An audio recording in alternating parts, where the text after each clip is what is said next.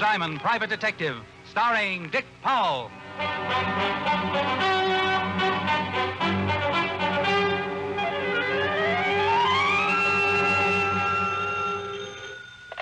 Diamond Detective Agency.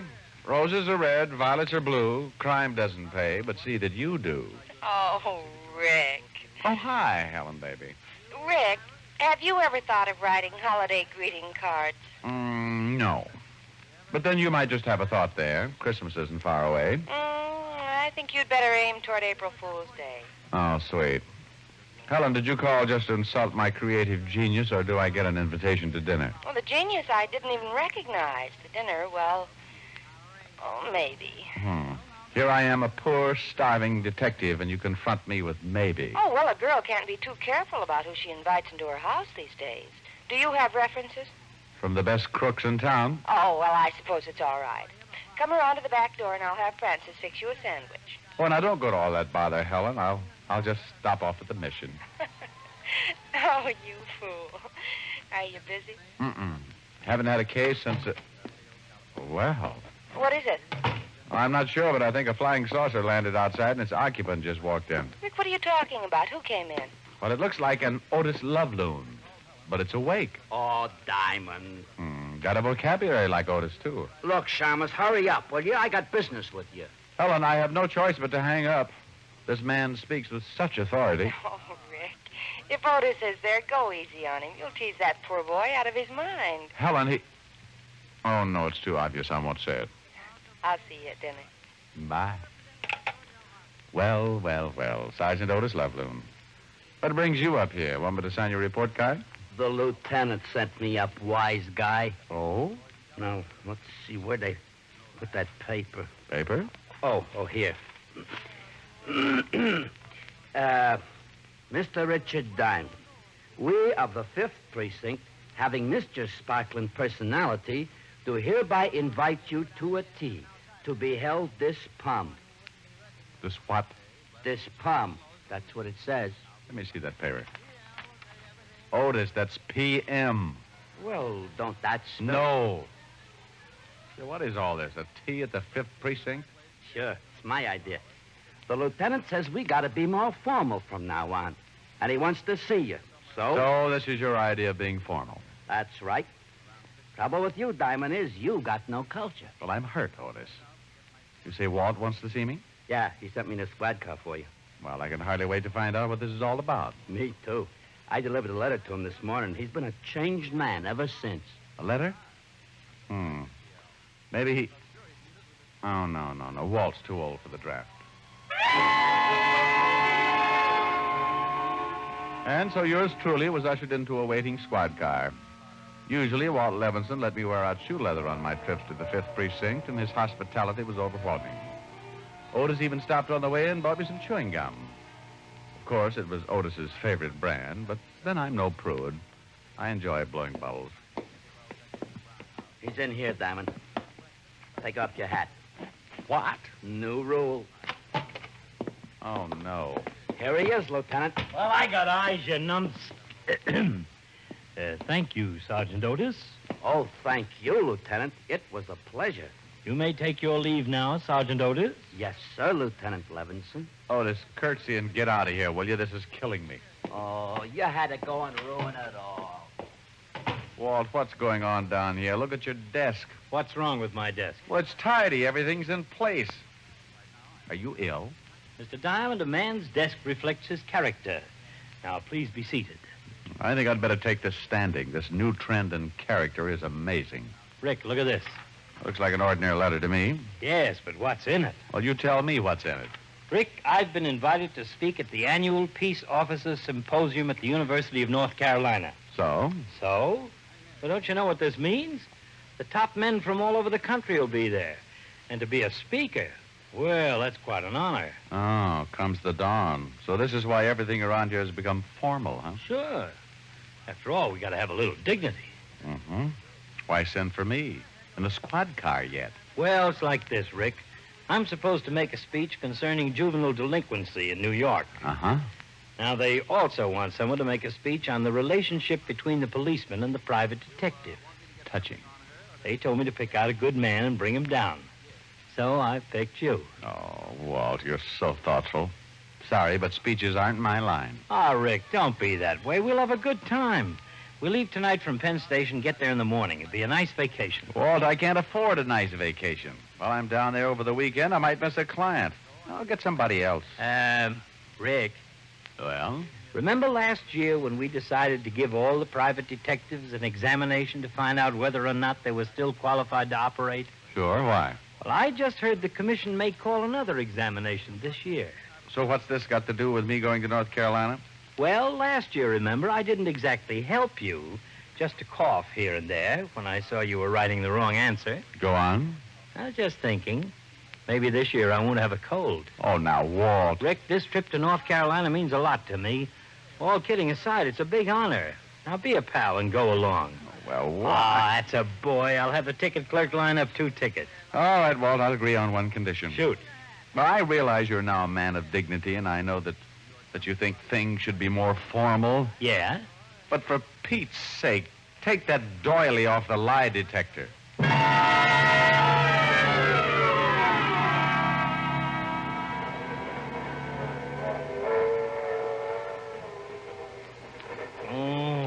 That's a nice, healthy groan. What's the matter, Walt? Train rides make you ill or something? No, but I just had a horrible thought. I was so excited about leaving, I forgot. Otis will be in charge while I'm gone. Oh, great. This is the biggest boon to crime since Prohibition. Don't remind me of it. I'll take your mind off of it. Look at the more pleasant things in life. Like that blonde up front? Oh, you're catching on, Fatty. Cute, isn't she? I guess so. Only she keeps looking around. Sort of suspicious-like. Walt, can't you take your mind off crime once in a while? All right, I'm sorry I brought it up. Everyone isn't criminal, you know. She's probably a co-ed on her way back to school. That's your opinion. Me? I say she's got criminal connections. Well, I have a buck that says you're wrong. All right, you're on. Now, how do we find out? Walt, you're so naive. Look, she's going to the club car. Come on.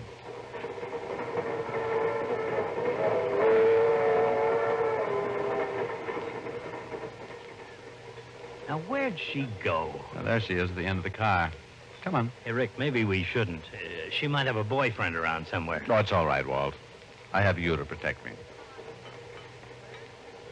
Pardon me, Miss... Yes? I'm Richard Diamond, and this is Walt Levinson. Walt says he'd like very much to meet you, but he's the shy type and asked me to Miles Standish for him. Diamond. Well, you Americans, you are certainly direct in making the acquaintance of young women. But I cannot remember anyone who has done it in so few words. Well, we're really harmless, and we would like to buy you a drink. Why, I think that would be very nice. Good. Let's order before Diamond proposes for me. Oh, the waiter seems to be busy at the other end of the car. Well, I'll go down there and get the drinks. Excuse me. Are you traveling far, Miss... Crona? Isabel Crona. I'm on my way to North Carolina. Oh, well, how nice. So are we. Do you live in New York? No, I'm from Switzerland. Oh, then you're a long way from home. Yes, but I love traveling in your country. Everything is so beautiful.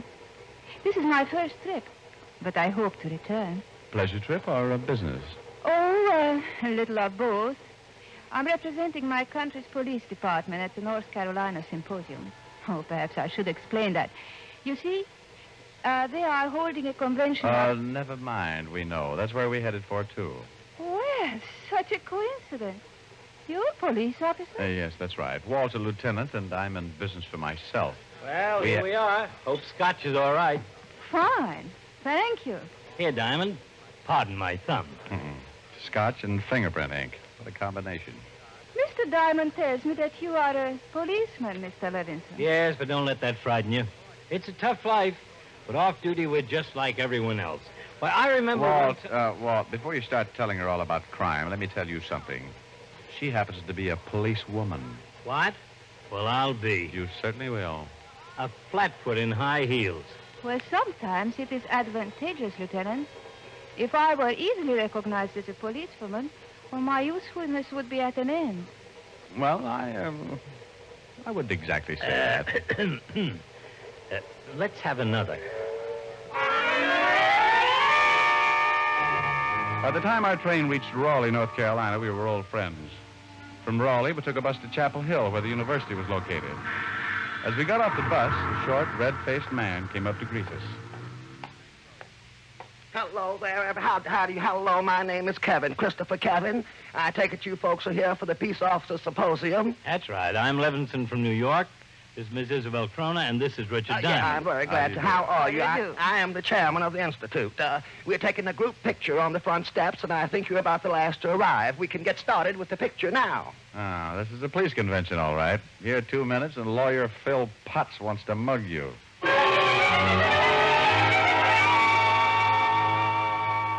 You three in the back row there. Move in closer, please. Well, that's one suggestion I don't mind. Bother you, dear? Well, since it's all for art, I do not think I mind. That's it. Now, we just... Oh, my. You in the front row, you moved again. Now, you've got... Our little friend is having a rough time. Yes. My goodness, What's the matter? That man, the photographer. What about him? That's all there is. He... All right. Oh, it is nothing. All It just right. looks so familiar. Everybody smile. Easy now. Don't strain. Don't easy. Oh, no. The third row. Will you please stand still?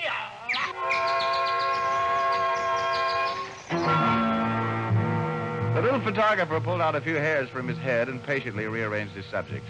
Half an hour later, he had succeeded in snapping enough pictures, and the group disbanded. Miss Kroner promised to have dinner with us that evening. So a couple of hours later, Walt and I were walking down the hall to her room. Playing like gentlemen, we knocked on a door that was half ajar. No answer. Still the gentleman, we knocked again. This was getting monotonous, so we quit being gentlemen. We shouldn't walk right in, Rick. Oh, come on. Maybe she forgot. After all... Uh-oh. What? She didn't forget, Walt. Look. Good Lord. Better get on the phone and call the local peace officer. We have no jurisdiction here. Not even for murder.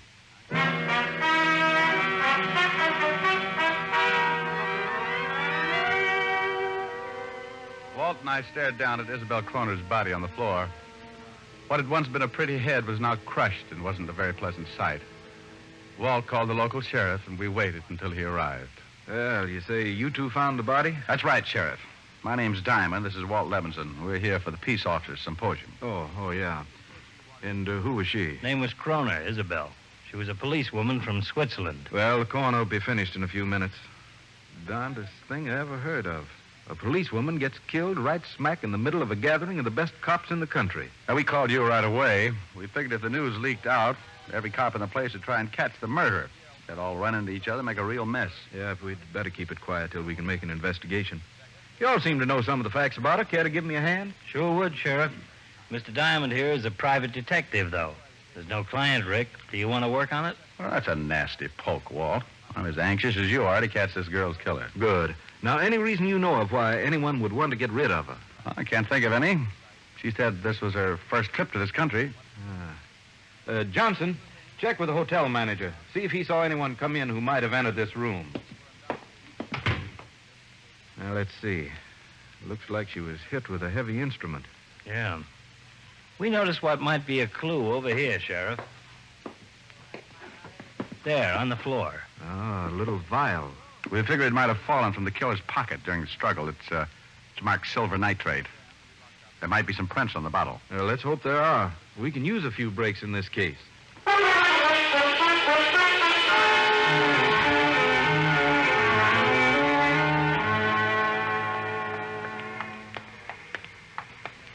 What do you think about Simmons? Oh, he seems like a competent sheriff. He wants us over at his office after we have dinner. Yeah, he's sending the vial on to the lab in Raleigh. I hope they turn up something. What beats me is why was Isabel Kroner killed? Who did she know here? Walt, What's the matter, Rick? I was just thinking. Remember when we had our picture taken earlier today? Sure, why? That little photographer? Isabel seemed to recognize him. She shrugged it off when I asked her about it, but she had a strange look on her face. Yeah, you might have something there. At least there's one person who might have known her. Let's look him up and ask him a few questions. Oh, no. On second thought, I don't think we'd better. If he did kill her and we asked questions, he might leave town. Let's just keep an eye on him till the lab has a chance to go over that vial. Right. Here's a drugstore. We can look up his address. Luckily, we found that the fair city of Chapel Hill had only one photographer. the little man who had snapped our picture that morning. His name was William Avery, and we jotted down his address. 10 minutes later, we were waiting outside his studio. Can you see him through that window, Rick? Yeah, he's putting on his hat. Move back into that doorway. He's coming out.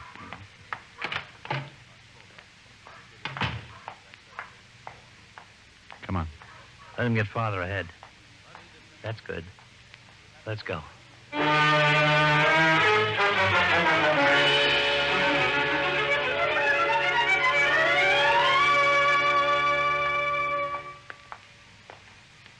Oh, Rick, he's stopping. Yeah.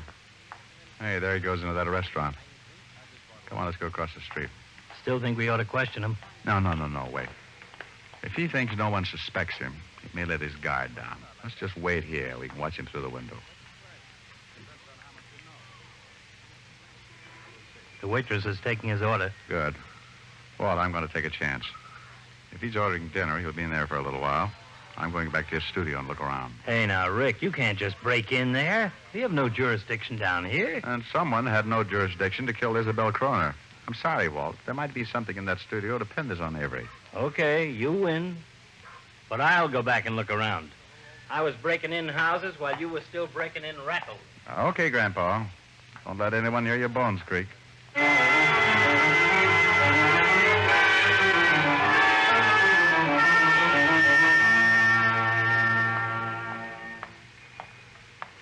You find anything in his studio, Walt? And how? Our friend Avery has a broken camera. It's been smashed. Oh, huh. Hey, hold it. Here he comes out of the restaurant. Oh, looks like he's heading for his studio. You say his camera was smashed? Yeah, I found it in the closet. Didn't the coroner say Isabel had been killed with a heavy instrument? That's right. You know, Walt, this may fit. After Avery took the picture, you recognized Isabel. Then still with his camera, you went to see her. They fought, and he bashed her with it. I'll buy that.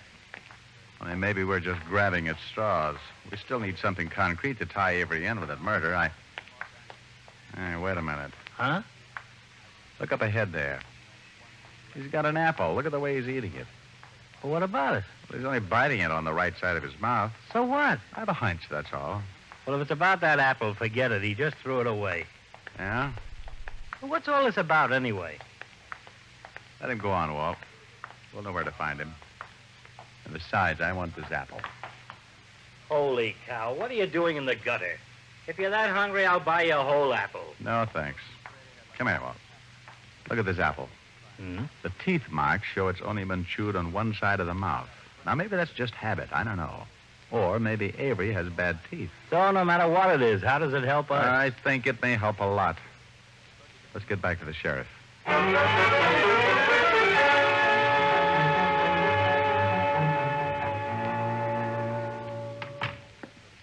Well, it's about time you fellas got here. Thought you were coming over right after dinner. We're sorry, Sheriff, but we followed a hunch.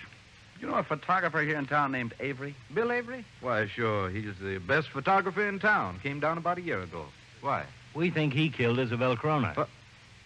Well, now, what makes you think a thing like that? Well, so far it's nothing concrete, but Isabel seemed to recognize him today. Yeah, so we followed him. And later I found a broken camera in his studio.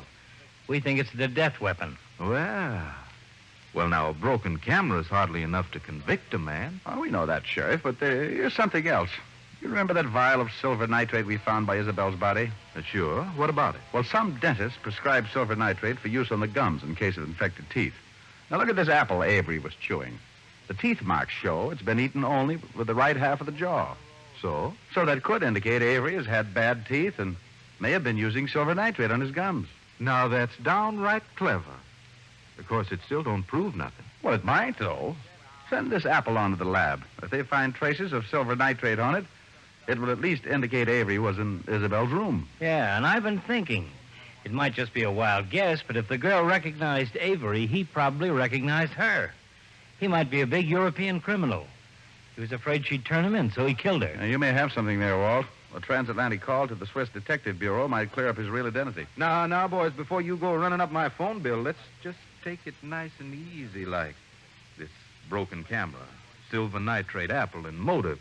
It's all mighty interesting. But I don't think we'd better waste time sending this apple to the lab.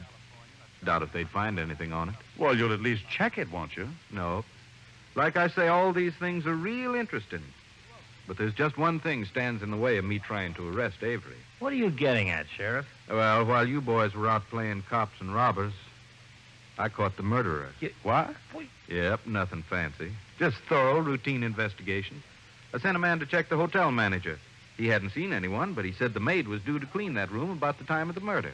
We questioned her. She got nervous and broke down. Confessed she killed Krona. But why? Lieutenant, what's the reason for most of the killings in your state every year? What's the motive? Well, robbery's mostly the motive. That's right. And it's the same down here.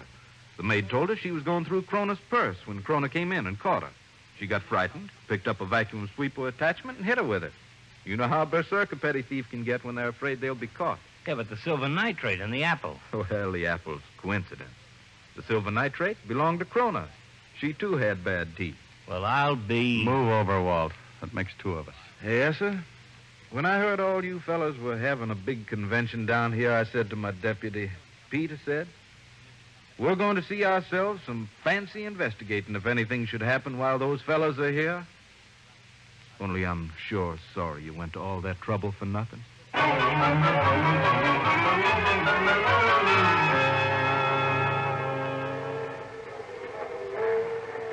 Rick, don't speak to me. I'm still brooding.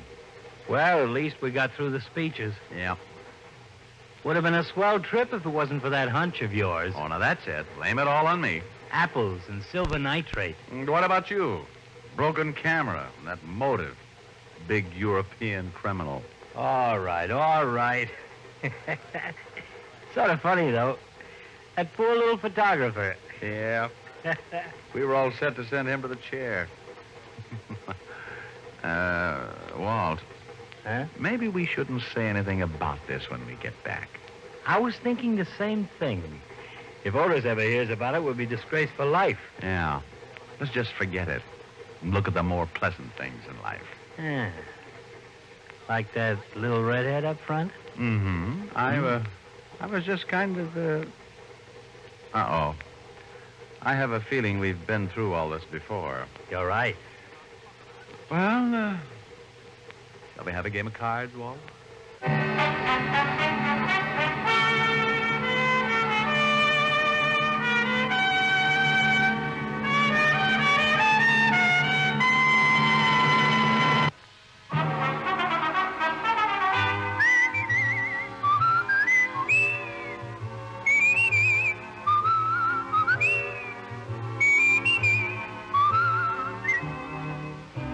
Richard Diamond, Private Detective, stars Dick Powell in the title role and was written by Blake Edwards with music composed and conducted by Frank Worth. This is Bill Foreman speaking. Richard Diamond, Private Detective is transcribed in Hollywood by Jaime Del Valle.